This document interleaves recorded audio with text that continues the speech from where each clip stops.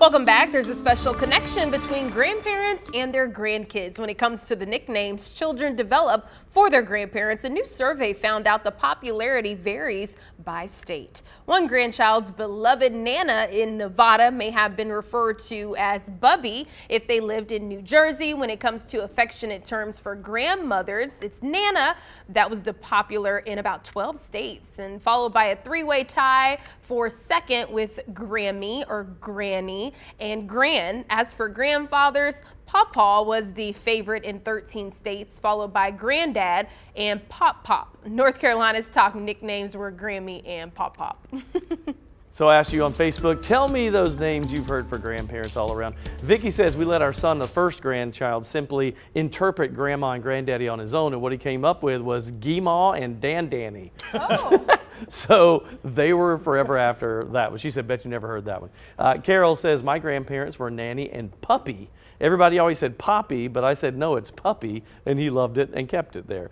Marianne says, mine were Grammy and Grampy. And then Emily says, my grandson calls me Ganny because he couldn't pronounce his R's, and it stuck. My maternal grandparents for me were Mama, looks like Mama or Mama, probably Mama, I'll bet, and Papa. And paternal grandparents were Mama and Pawpaw. Yeah. And Fonda says, I'm Mima and my husband was Dough Daddy. Tried to have my oldest grandchild say Granddaddy, but he said Dough Daddy, so it stuck. And that's how I think a lot of family people get nicknames. It's when a little one can't pronounce it and calls themselves. I have a sister, Kathy, and someone called her Khaki. You know, Khaki. Long time That's ago. actually adorable. And so that kind of stuck. For us, my sister and I, and brother is Mama and Papa. But my cousin, he calls him Grandma and Grandma. So it's a little bit different there. But I don't think my grandpa really likes Papa that much. He doesn't have a choice. Because we're going to call him that anyway. Mine was Pawpaw.